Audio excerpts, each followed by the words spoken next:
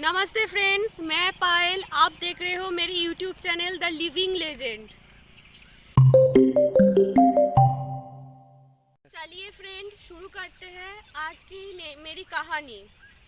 ससुर जी की बात मानकर अहल्याबाई ने फिर से अपने राज्यों की प्रति सोचते हुए आगे बढ़ी, लेकिन उनके परेशानियां और उनके दुख कम होने वाले नहीं थे।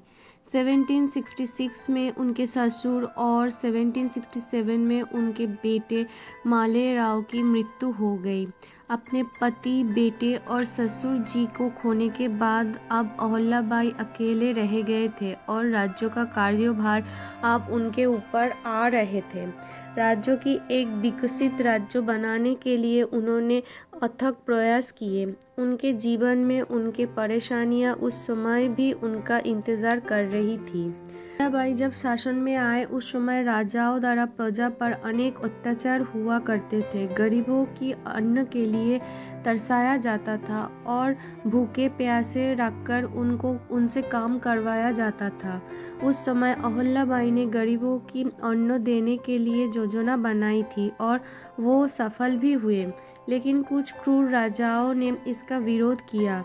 अहल्याबाई को लोग माता की छवि मानते थे और उनके जीवन काल में ही उन्हें देवी के रूप में पूजने लगे थे। भारत के इंदौर शहर के लिए अहल्याबाई का एक अलग ही लगाव था।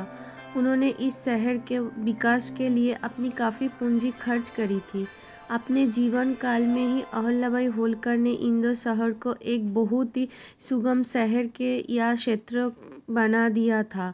यही वजह है कि भाद्रपद कृष्ण पक्ष की चतुर्दशी को यहाँ पर अहोत्सव मनाया जाता है। होलकर जब 70 बरस की हुई तो उनके अचानक तबीयत बिगड़ गई और इंदौर में उनकी 13 अगस्त 1795 को उनकी मृत्यु हो गई।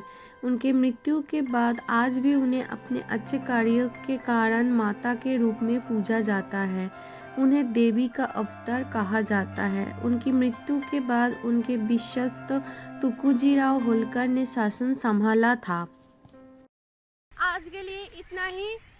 मैं और भी नई कहानी लेके आपके पास आऊँगा।